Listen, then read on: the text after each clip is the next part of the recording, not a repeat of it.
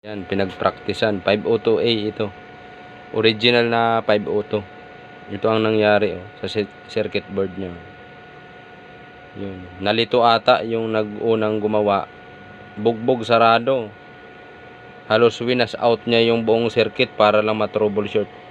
Kaso ang nangyari, napatunog niya, binaypass niya yung relay section.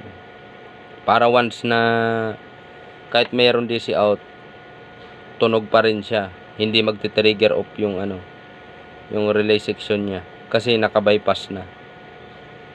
Kaya ang nangyari nung nasira, nasunog. Pati sigurado yung speaker nito may problema na. Yung pinatunog na speaker dito.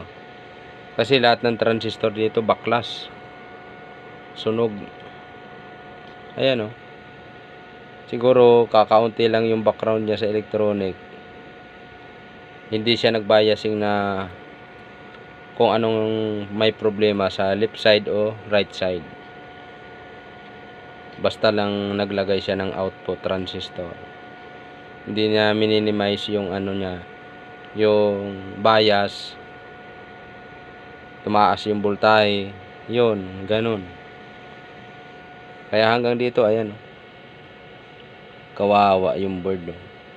Bala ko na sana palitan ng ibang board.